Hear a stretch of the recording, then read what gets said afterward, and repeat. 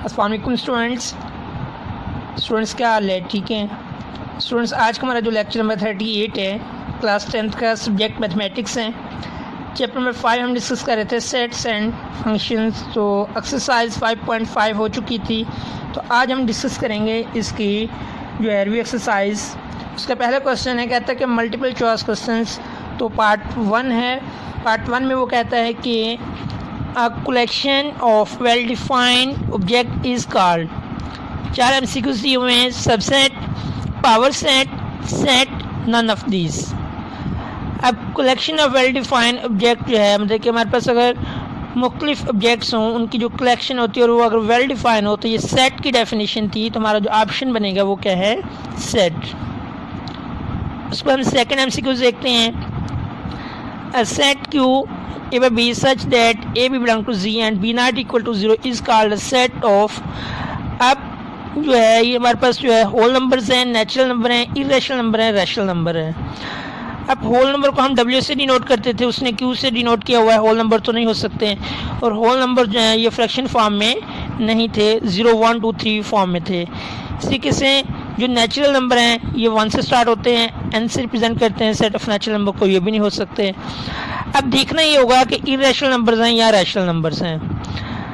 अब अगर तो A बाई B हमारे पास होता है कि A B belong to Z and जो है हमारे पास B नॉट इक्वल टू 0, तो ये जो डेफिनेशन है वो ये कहता है कि हमारे पास जो है A बाई B का मतलब है कि फ्रैक्शन फॉर्म में A B belong to Z का मतलब है कि नोमिनेटर भी इंटीजर नंबर है, डिनोमिनेटर भी इंटीजर नंबर है, and B not equal to 0 का मतलब है कि डिनोमिनेटर 0 नहीं होना चाहिए। तो ये जो डेफिनेशन बनती है ये रैशनल नंबर की है। तो सो हमारा जो MCQs बनेगा, ये ऑप्शन जो बनेगा वो रैशनल नंबर आएगा।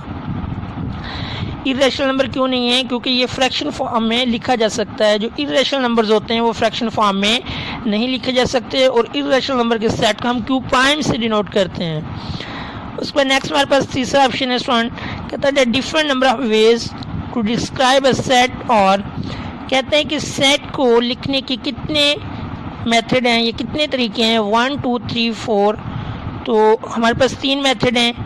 फर्स्ट मेथड जो है सेट बिल्डर फॉर्म होता है, जो कि हम करली ब्रैकेट में बाकायदा एलिमेंट्स लिख देते हैं।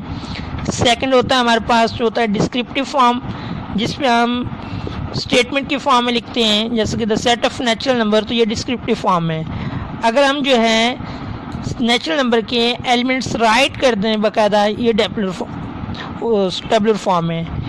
अब तीसरे नंबर पे आती है सेट बिल्डर फॉर्म, जो हम नोटेशंस में लिखते हैं, जैसे ये क्यू सेट लिखा हुआ, ये सेट बिल्डर फॉर्म में है। तो हमारे पास जो है 3 मेथड होते हैं सेट को डिस्क्राइब करने के।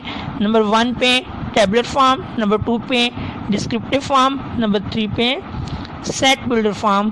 तो हमारे पास जो वेज बनेंगे वो उनकी तादाद 3 हो जाएगी। उसके बाद नेक्स्ट वन वो कहते हैं कि set with no element is called.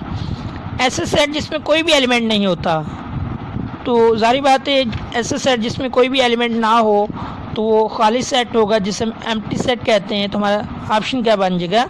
Empty set, subset, singleton set और सुपर सेट नहीं होगा, क्योंकि सबसेट और सुपर सेट तो 2 सेट का कंपैरिजन होता है। अब सिंगलेटन सेट मतलब कि 2 सेट होते हैं हमारे पास, सबसेट और सुपर सेट में, जबकि सिंगलेटन सेट ऐसे सेट को कहते हैं जिसमें एक एलिमेंट हो, और एम्प्टी सेट ऐसे सेट को कहते हैं जिसमें कोई भी एलिमेंट ना हो। तो उसने कहा है कि कोई भी एलिमेंट नहीं है, तो सो हमारा जो आंसर बनेगा वो एम्प्टी सेट आ जाएगा। उसको इसी तरीके से स्टूडेंट लास्ट वाला MCQs हैं, वो कहता है कि the set X such that of X belong to W। अब W स्टैंड फॉर क्या है कि W यहाँ पे सेट ऑफ होल नंबर को रिप्रेजेंट करता है। वो कहता है कि आपने सेट ऑफ होल नंबर्स के एलिमेंट्स राइट करने हैं, लेकिन उसके आगे कंडीशन है कि x less than or equal to 101। मतलब कि जो सेट ऑफ होल नंबर है वो 101 और उससे कम होने चाहिए। तो अब इसमें ऑप्शन में infinite set, subset, null set, finite set. अब इन्फिनाइट सेट स्टूडेंट वो सेट होते हैं कि जिसमें अगर वो जस्ट ये कह देता है कि x such that of x belong to W, मतलब कि सेट ऑफ होल नंबर, तब इन्फिनाइट सेट होता है। इन्फिनाइट सेट वो होते हैं जिसमें एलिमेंट्स की तादाद इन्फिनाइट हो, मतलब एलिमेंट्स की तादाद की लिमिट ना हो। सबसेट भी नहीं हो सकता, क्योंकि सबसेट तो 2 सेट होते हैं उनको हम कहते हैं कि एक दूसरे का सबसेट है। नल सेट कहते हैं एम्प्टी सेट को। अब ये एम्प्टी सेट भी नहीं है, इसमें एलिमेंट्स कोई ना कोई हैं। नेक्स्ट ऑप्शन है फाइनाइट सेट। तो ये फाइनाइट सेट है क्योंकि इसमें एलिमेंट्स की तादाद जो है वो फाइनाइट है। ये फिक्स हो चुका है कि 101 और इससे लेस देन एलिमेंट्स आने चाहिए, मतलब कि 0 से लेके 101 तक एलिमेंट्स आएंगे। तो सो हमारा जो करेक्ट आंसर है वो है फाइनाइट सेट। तो नेक्स्ट हम देखते हैं MCQs नंबर 6 में स्टूडेंट कहते हैं कि the set having only one element is called. ऐसा सेट जिसमें एक एलिमेंट हो वो कौन सा सेट कहलाता है? Null set. नल सेट नहीं हो सकता क्योंकि इसमें जो है एम्प्टी सेट को नल सेट कहते हैं, इसमें नो एलिमेंट्स होते हैं। पावर सेट भी नहीं हो सकते, सबसेट भी नहीं। तो सिंगलेटन सेट कहते हैं ऐसा सेट जिसमें एक एलिमेंट हो। तो स्टेटमेंट भी यही थी कि ऐसा सेट जिसमें सिर्फ एक एलिमेंट हो उसको हम कहते हैं सिंगलेटन सेट। सो हमारा करेक्ट आंसर जो है सिंगलेटन सेट। नेक्स्ट हमारे पास पार्ट 7 कहता है power set of an empty set is. अब जो एम्प्टी सेट की नोटेशन है स्टूडेंट वो हमारे पास जो है हम 5 से भी उसे रिप्रेजेंट कर सकते हैं एम्प्टी सेट को, या फिर जो है हम इससे भी रिप्रेजेंट कर सकते हैं, मतलब करली ब्रैकेट जस्ट कोई भी एलिमेंट्स ना राइट करें। अब उसने कहा है कि पावर सेट हम राइट करें, तो जब पावर सेट जब भी हम राइट करते हैं तो पावर सेट में ये होता है कि होता वो सेट ही है, सेट के सबसेट्स होते हैं, लेकिन शुरू और लास्ट में हम एक एक्स्ट्रा करली ब्रैकेट लगा देते हैं। तो जब हम 5 के जो है एम्प्टी सेट के पावर सेट राइट करेंगे तो हमारे पास जो है इसके सपोज ऐड ये हमारे पास अगर सेट ए है तो इसके जो पावर सेट बनेंगे वो हमारे पास आ जाएगा करली ब्रैकेट, और एम्प्टी सेट को हम जो है ब्रैकेट के अंदर लिखेंगे। अगर हम इसके पावर सेट इस नोटेशन के पावर सेट लिखना चाहें तो ये हमारे पास बन जाएगा, फिर इस फॉर्म में बन जाएगा।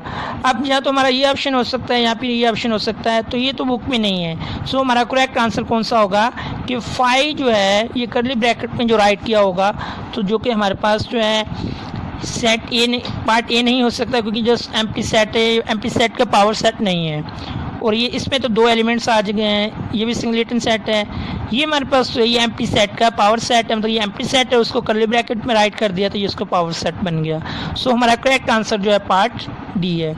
नेक्स्ट हमारे पास पार्ट 8 है। पार्ट 8 में वो कहता है कि the number of elements in power set 1 2 3 is. वो कहता है कि अगर हमारे पास ये वाला सेट हो जिसमें 3 एलिमेंट्स हैं तो इसके पावर सेट की तादाद कितनी होगी? तो पावर सेट की तादाद फाइंड करने के लिए स्टूडेंट जो हमारे पास करेक्ट फार्मूला है जो वो हमारे पास है 2 रेज़ टू पावर n। अब हमने पावर सेट फाइंड करने हैं इसके, तो हमारे पास कितने पावर सेट बनेंगे?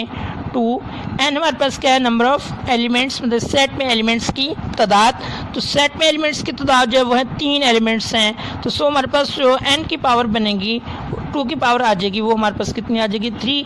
अब 2 की पावर 3 का मतलब है कि 2 को हमने 3 टाइम्स मल्टीप्लाई करना है, जो कि हमारे पास आंसर कितना बनेगा? 8। तो सो हमारे पास जो है करेक्ट आंसर हमारे पास सी होगा 8। नेक्स्ट वो कहता है कि अगर हमारे पास जो है ए और बी को इससे 2 सेट हैं और ए जो है वो सब सेट है बी का, then A union B is equal to. अगर ए और बी जो है सबसेट है बी का तो ए यूनियन बी किसके इक्वल होगा? सेट ए के इक्वल, बी के इक्वल, एम्प्टी सेट के इक्वल, या फिर नन ऑफ दिस। तो इसके लिए जो है हम यूँ करते हैं, एक एग्जांपल से इसको हम जो है सॉल्व करते हैं। हम एग्जांपल लेते हैं कि ए और बी कोई से 2 सेट हैं जिसमें उसकी कंडीशन के मुताबिक ए हमारे पास जो है वो सबसेट होना चाहिए किसका? सेट बी का। अब सबसेट क्या होता है कि अगर सेट ए के सारे एलिमेंट सेट बी में मौजूद हैं तो ए बी का क्या है? सबसेट है। तो आप देख सकते हैं कि यहाँ पे जो सेट ए के एलिमेंट्स है 1 2, जबकि जो सेट बी के एलिमेंट्स है वो है 1 2 3। तो सेट ए जो है वो सेट बी का क्या है? सबसेट है।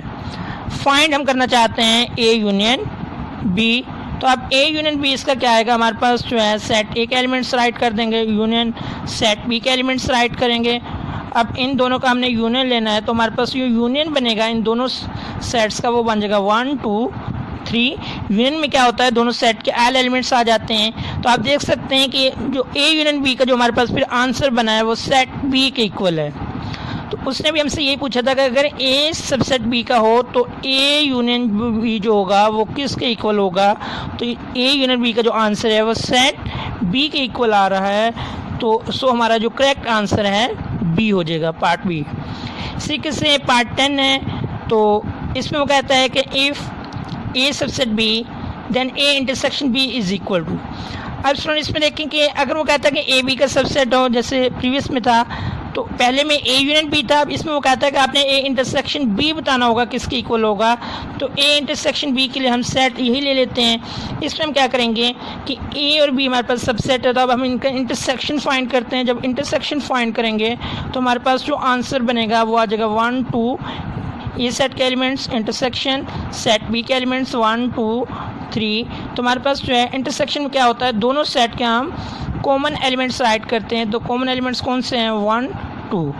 अब 1 2 जो है ये सेट ए की इक्वल है, तो अब ए सबसेट अगर बी का है तो ए इंटरसेक्शन बी किसकी इक्वल आ जाएगा, सेट ए की इक्वल। तो सो हमारे पास जो है इसका करेक्ट आंसर बनेगा पार्ट ए पार्ट 10 का। अब जो बाकी पार्ट्स हैं इंशाल्लाह ये नेक्स्ट लेक्चर में हम करेंगे। तो नेक्स्ट लेक्चर तक के लिए स्टूडेंट्स अल्लाह हाफिज़।